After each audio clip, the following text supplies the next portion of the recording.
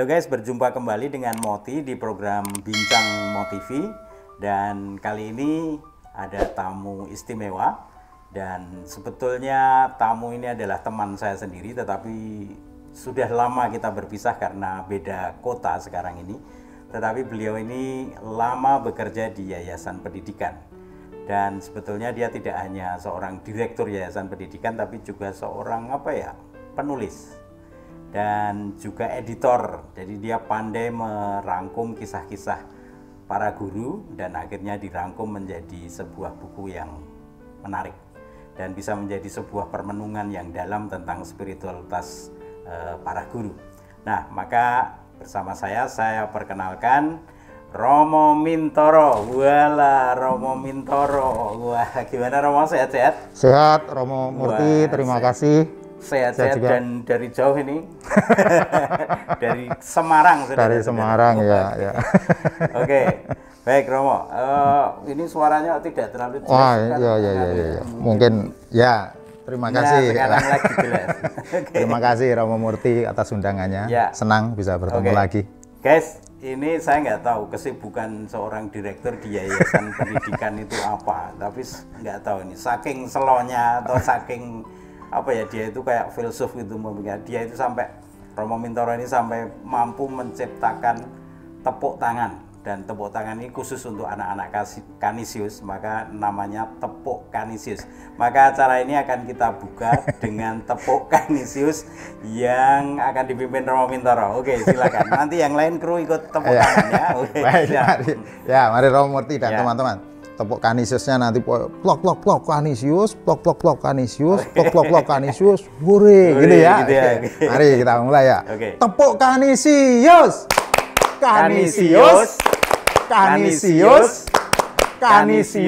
hore. Wah, ini ahli hore, ahli spiritualitas hore. Baik Romo, kita ngobrol-ngobrol tentang Kanisius dan tentang buku-buku yang Romo edit gitu ya, yang kumpulkan dari pengalaman para guru. Yang pertama tentang Kanisius. Yayasan Kanisius ini sekarang sudah 102 tahun. Wah, ini usia yang lama sekali. Tapi kita pengen ngerti bagaimana sih sejarahnya dulu awalnya Kanisius ini tumbuh di awal-awal misi Romo-Romo Belanda, saya kira, yang lalu sekarang ini sudah berusia 102. Romo bisa cerita dulu sejarahnya gimana? Oh, ini di Jawa Tengah dan Jogja ini ada banyak sekali sekolah-sekolah Kanisius. Ya, tentu saja ceritanya bisa panjang, tetapi kurang lebih saya mencoba menempatkan di dalam konteks sekitar lahirnya Yayasan Kanisius. Tepatnya itu secara resmi Yayasan Kanisius itu dilahirkan tanggal 21 Oktober 1918. Tetapi sudah diinisiasi sebelumnya, terutama di akhir Agustus 1918 itu. Nah, itu kan konteksnya sebenarnya sebelumnya kalau kita mengenal Ibu Kartini gitu, mempunyai keinginan untuk menjadi terang, mencerdaskan anak-anak gitu ya, terutama kaum pribumi istilahnya dulu. Kemudian juga muncul gerakan-gerakan Budi Utomo dan seterusnya. Nah, itu kan dulu juga mulai muncul sekolah-sekolah, tetapi yang bisa sekolah adalah orang-orang yang elit gitu ya, elitnya. Nah, sementara itu Romo Van Lith khususnya yang diutus oleh Serikat Yesus bekerja di daerah Muntilan, itu kemudian memiliki memiliki ketergerakan hati untuk memikirkan anak-anak dari keluarga miskin ini. Mereka kan juga perlu untuk mendapatkan pendidikan supaya memiliki pikiran yang kritis, supaya cerdas. Tetapi juga jangka jauhnya, Romo Van Lith menginginkan agar nanti tumbuh kader-kader pemimpin bangsa Indonesia yang berasal dari warga Indonesia sendiri. Nah, maka mulai dari situlah dirintis oleh Romo Van Lith sekolah-sekolah Kanisius. Ya, memang tujuannya pertama untuk menaburkan benih-benih kebaikan, cinta kasih, tetapi yang lain juga supaya bangsa Indonesia itu menjadi cerdas, menjadi calon pemimpin untuk bangsanya sendiri. Maka ya karena orientasi arahnya, tujuannya itu untuk orang-orang terutama dari keluarga miskin, maka sasarannya ya desa, lebih banyak yang dari di desa-desa itu. Maka tumbuh begitu banyak sekolah-sekolah Kanisius di daerah desa-desa itu. Oke, itu bisa kita lihat sekarang ini memang Kanisius menjadi pionir pendidikan. Dan itu masa-masa di mana bangsa Indonesia sedang akan lahir, bahkan belum merdeka, tetapi tumbuh kesadaran akan pembebasan dari kebodohan dengan pendidikan. Dan saya kira yang menarik kalau tadi nyebut Van Lith adalah bahwa Romo Van Lith tidak berpikir dulu tentang keagamaan sebetulnya, tetapi pembebasan bangsa Indonesia. Waktu itu belum ada Indonesia, masih Hindia Belanda, dari kebodohan. Jadi sasaran utamanya lewat pendidikan. Baik Romo, pertanyaan selanjutnya, apa sebetulnya kiranya jasa Kanisius ini kalau berdiri tahun 1918 dalam proses pembentukan bangsa Indonesia? Baik, tentu saja di dalam tadi saya mengatakan bahwa Van Lith itu ingin menggapai, ingin menyentuh dan kemudian pendidikan untuk orang-orang miskin, anak-anak itu. Yang penting disiapkan adalah gurunya. Itu guru mesti ada dulu. Maka Van Lith mendirikan juga sekolah guru. Salah satunya sekarang yang ada di Muntilan. Van Lith itu kan dulu SPG, Sekolah Pendidikan Guru. Dan salah satu jasa yang kelihatan adalah dari SPG inilah dan juga dari sekolah-sekolah guru yang lain muncul guru-guru yang kemudian tersebar juga di seluruh Nusantara. Saya yakin pasti para alumni dan seterusnya bisa merasakan ini. Ini jasa yang pertama adalah Kanisius itu menciptakan juga guru sebelumnya jelas. Yang kedua, alumni Kanisius ini karena tidak hanya dididik secara intelektual, tetapi juga karakter dan kepemimpinan, kemandirian, tanggung jawab sosial, maka ya sumbangan yang lain adalah para pemimpin-pemimpin di dalam bangsa ini. Nah, ada yang jadi, saya tidak tahulah jadi apa ya, ada yang kemarin tuh alumni ada yang jadi jenderal, kemudian kalau di dalam gereja ada yang jadi uskup, romo, suster, bruder, itu banyak yang lulusan Kanisius. Tetapi menurut saya yang terpenting adalah sumbangannya membantu keluarga-keluarga. Jadi keluarga dididik secara dalam hal iman, kemudian dalam tanggung jawabnya, mengelola keluarga. Nah ini saya kira jangkauannya begitu luas ya, mulai dari personal pribadinya, kemudian keluarga yang baik, kemudian juga peran pada masyarakat dan bangsa Indonesia. Saya kira yang menarik dari Kanisius sejak tahun itu memang yang disasar. Jadi dulu kan sekolah itu milik kaum priai. Jadi itu yang disebut elit tadi.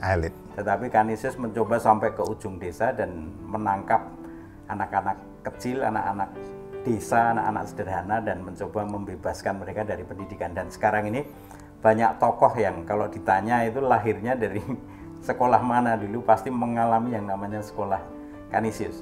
Tapi zaman kan berubah ya. Zaman berubah, dan saat ini saya kira untuk coba bertahan dengan sekolah pendidikan orang sederhana, orang miskin itu tidak terlalu mudah.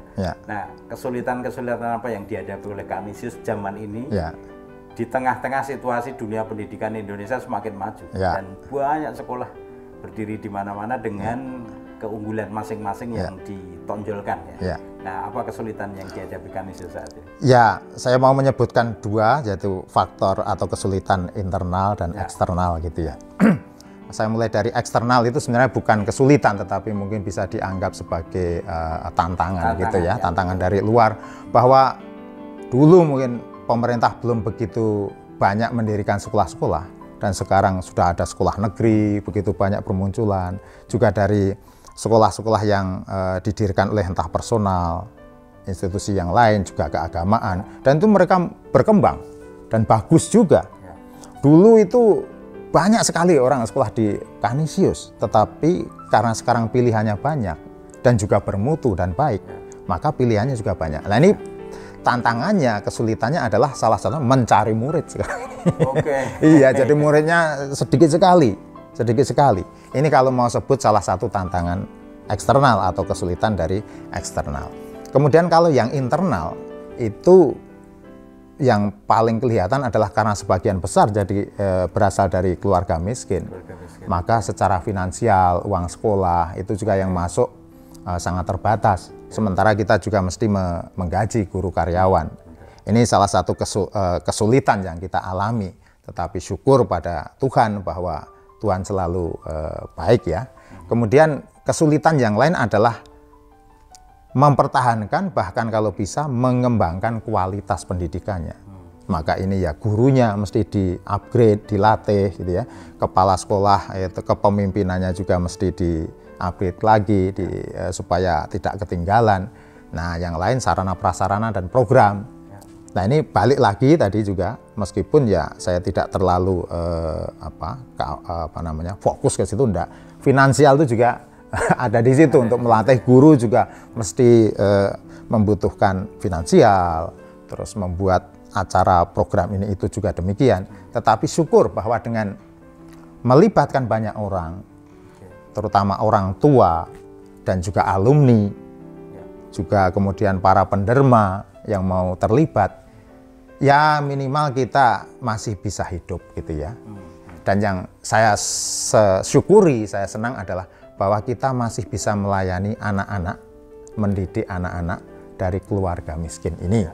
Itu poin yang penting bagi saya, karena inilah tugas utama, perutusan utama, misi utama hadirnya Canisius. Itu. Baik, Romo, jelek-jelek ini saya dulu pernah jadi toker Yayasan Canisius Jogja. Jadi ini pertanyaan saya ini rada basa-basi gitu, karena saya mengalami Canisius dan selalu yang menjadi problem selalu adalah ya keuangan. Tapi yang saya merasa heran, coba bayangkan dari dulu problem utama Canisius itu adalah keuangan. Kita nggak punya duit, tapi sampai sekarang pun kita masih ulang tahun 102, berarti kan ada. Jadi Canisius itu tidak sendiri sebetulnya. Jadi ada invisible hand yang menolong. Sebetulnya strategi apa yang dipakai oleh Canisius untuk tetap bertahan di tengah-tengah situasi yang semakin sulit ini? Ya, saya sendiri strateginya apa ya? Strateginya ya apa yang ada, itulah yang kemudian kalau dari hasil finansial ya, itu yang kemudian dipakai. Nah, sebenarnya kita hidup itu karena mau berbagi. Dalam konteks sistem gitu ya, ini ada subsidi silang. Jadi Canisius yang lumayan gitu ya, mensubsidi yang kurang. Itu. Maka kita hidupnya karena mau berbagi. Ini kalau mau dibilang strategi yang lain adalah gembira kalau saya itu. Jadi saya mengajak guru-guru itu gembira. Mengapa? Tepuk Canisius supaya gembira. Karena begini, saya mengatakan pada kepala sekolah, guru-guru, gaji Anda itu kecil. Kalau Anda sudah stres, nanti kalau sakit, itu kan ya repot juga. Tapi minimal kalau kita gembira, sehat, ini kan lumayan. Dan bekerja juga oke. Lebih dari itu, kalau gurunya gembira, gitu, anak-anak juga seneng, orang tua juga seneng. Maka secara tidak langsung, udahlah masuk ke Canisius saja, karena guru-gurunya itu gemati, perhatian. Betul. Mereka seneng. Guru-gurunya itu mau datang ke rumah, guru-gurunya itu mau memperhatikan anak-anaknya, tidak hanya secara akademis, juga secara akademis. Sebenarnya anak-anak Canisius itu awalnya mungkin tidak begitu ya, tetapi setelah didampingi, mereka ternyata punya potensi. Nah, ini strategi. Kemudian strategi yang lain ya kolaborasi, kerjasama. Tadi saya sebutkan melibatkan orang tua. Kemudian saya juga mengajak teman-teman saya untuk keliling misalnya ya. Ini loh Canisius seperti ini. Romo apa yang bisa saya bantu? Nah, ini Tuhan membukakan pintu. Ya, bagaimana tinggal invisible hand tadi itu menjadi visible. Tapi ya nggak tahu. Nyatanya juga akhirnya kita bisa sekali lagi tadi membantu anak-anak yang kekurangan, yang mereka ada yang saya itu melihat 6 tahun itu ya susah bayar uang sekolah itu sampai lulus itu juga. Tetapi akhirnya bisa. Menarik ini karena sebetulnya yang ditawarkan oleh Canisius ini adalah bahwa keterlibatan tadi ya, berbagi. Ya.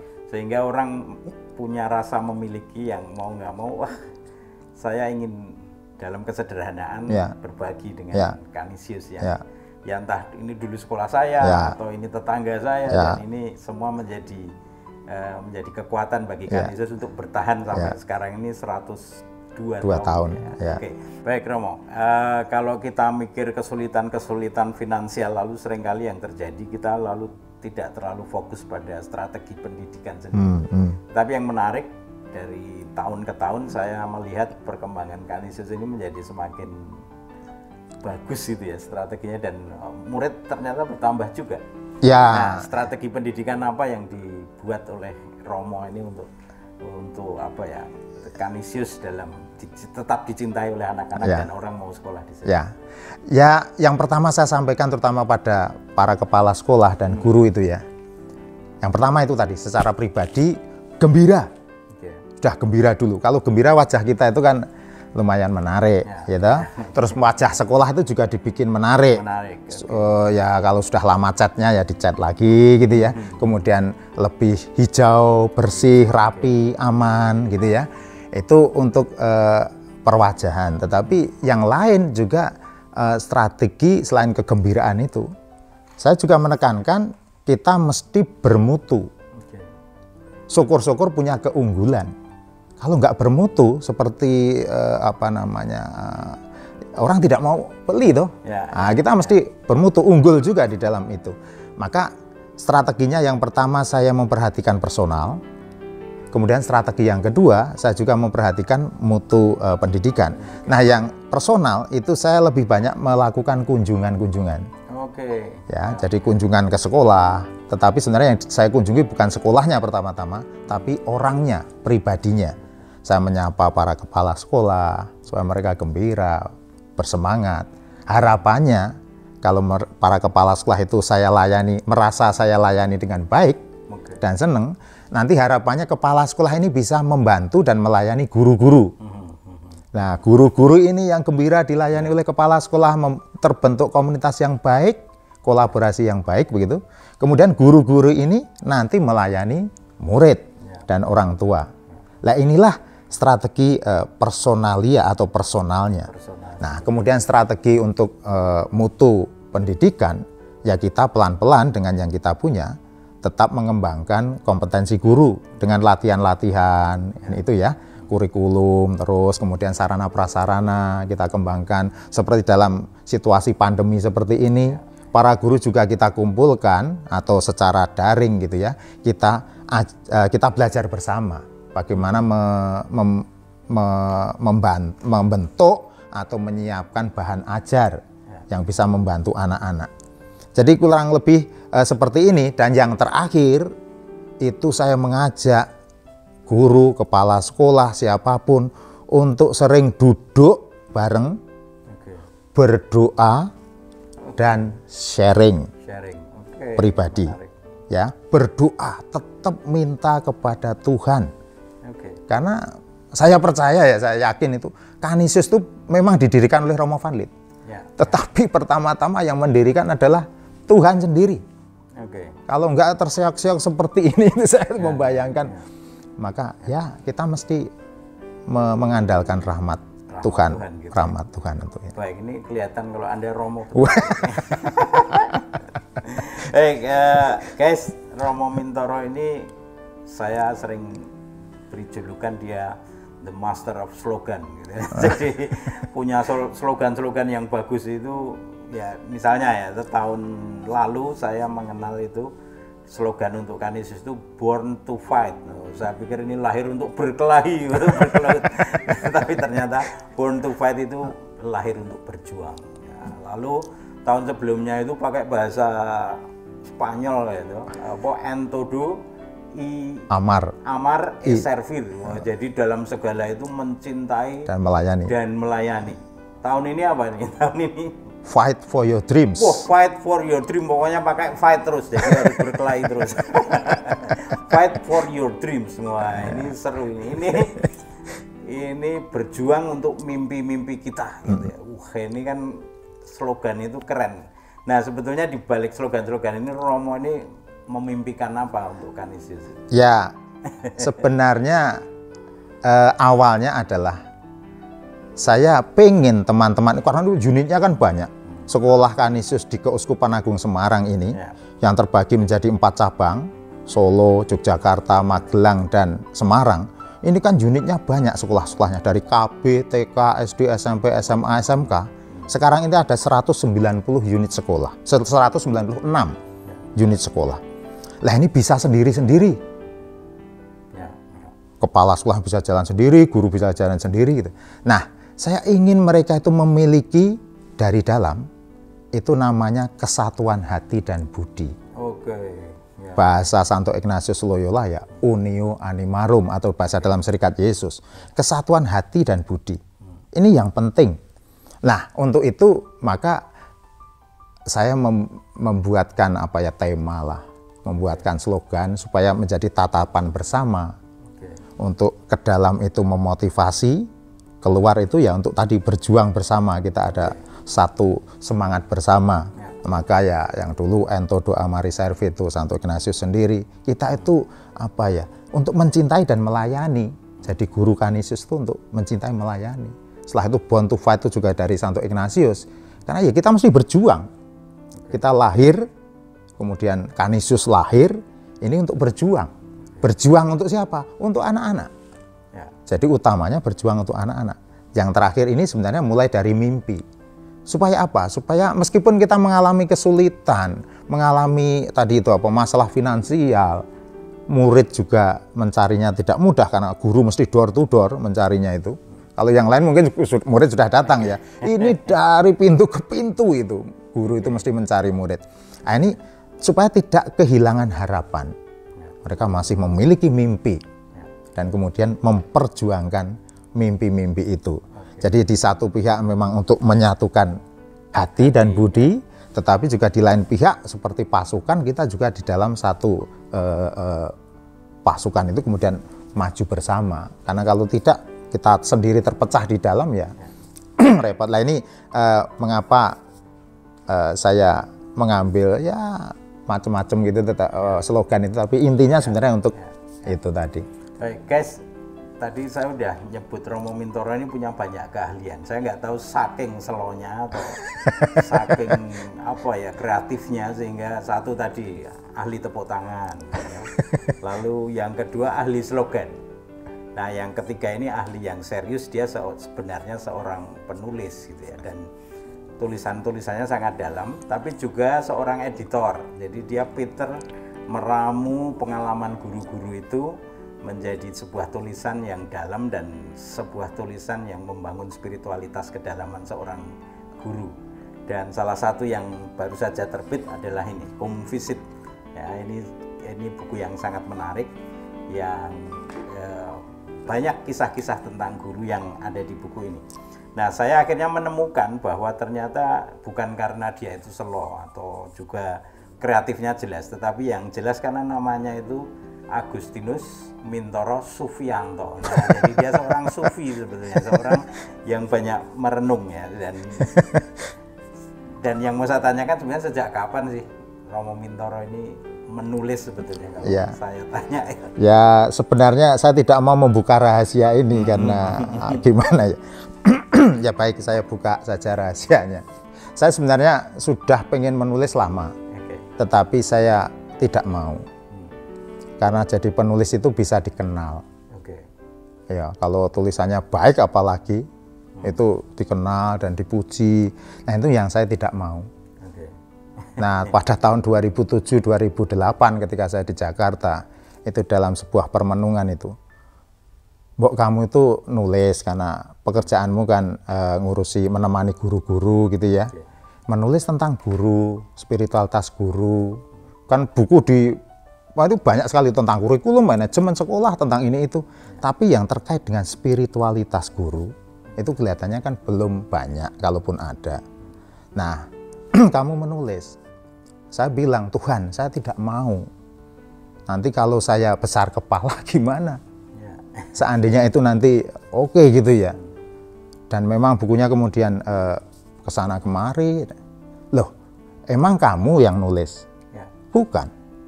aku pinjem pikiranmu, tanganmu untuk menulis itu. Jadi bukan kamu. Jadi kalau ada yang memuji, itu bukan kamu yang dipuji. Tapi kalau tidak bagus ya kamu harus mengembangkan lagi. Nah setelah permenungan itu, dialog saya begitu. Oh baik Tuhan, kalau itu yang dari Tuhan, tolong supaya saya tidak jatuh ke dalam kesombongan. Bukan kamu. Oke, saya mulai tahun 2008. Dan 2009 itu pertama kali buku tentang spiritualitas Guru Canisius. Itu saya tulis dari tulisan saya kecil-kecil saja saya kumpulkan. Dan alhamdulillah katakanlah itu ya, itu membantu teman-teman guru. Kemudian muncul lagi buku yang kedua. Buku ini menurut saya sendiri bagus, saya nulis seperti itu lagi mungkin nggak bisa.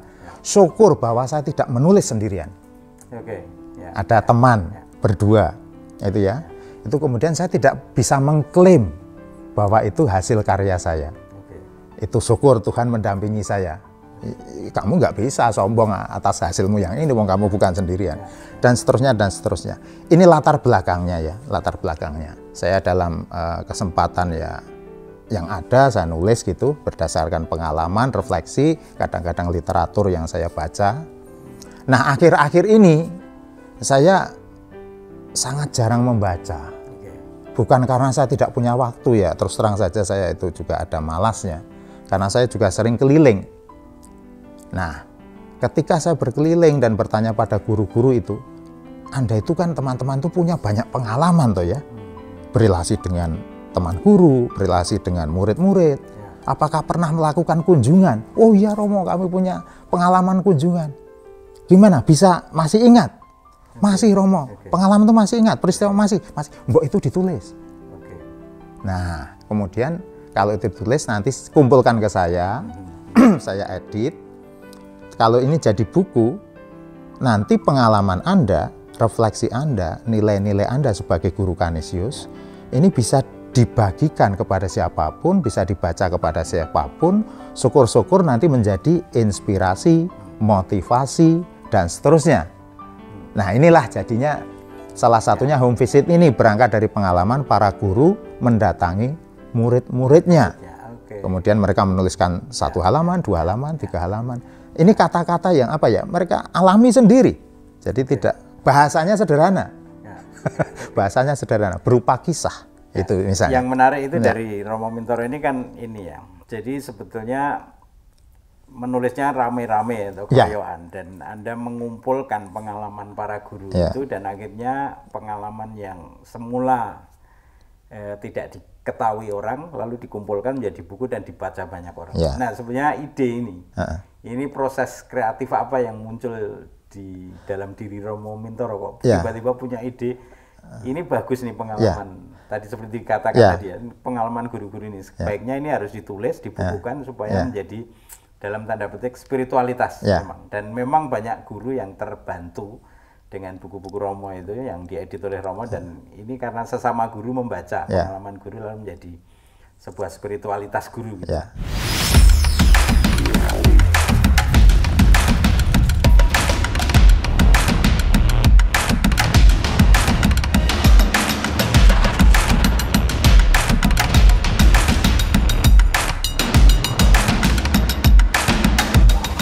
Itu idenya gimana?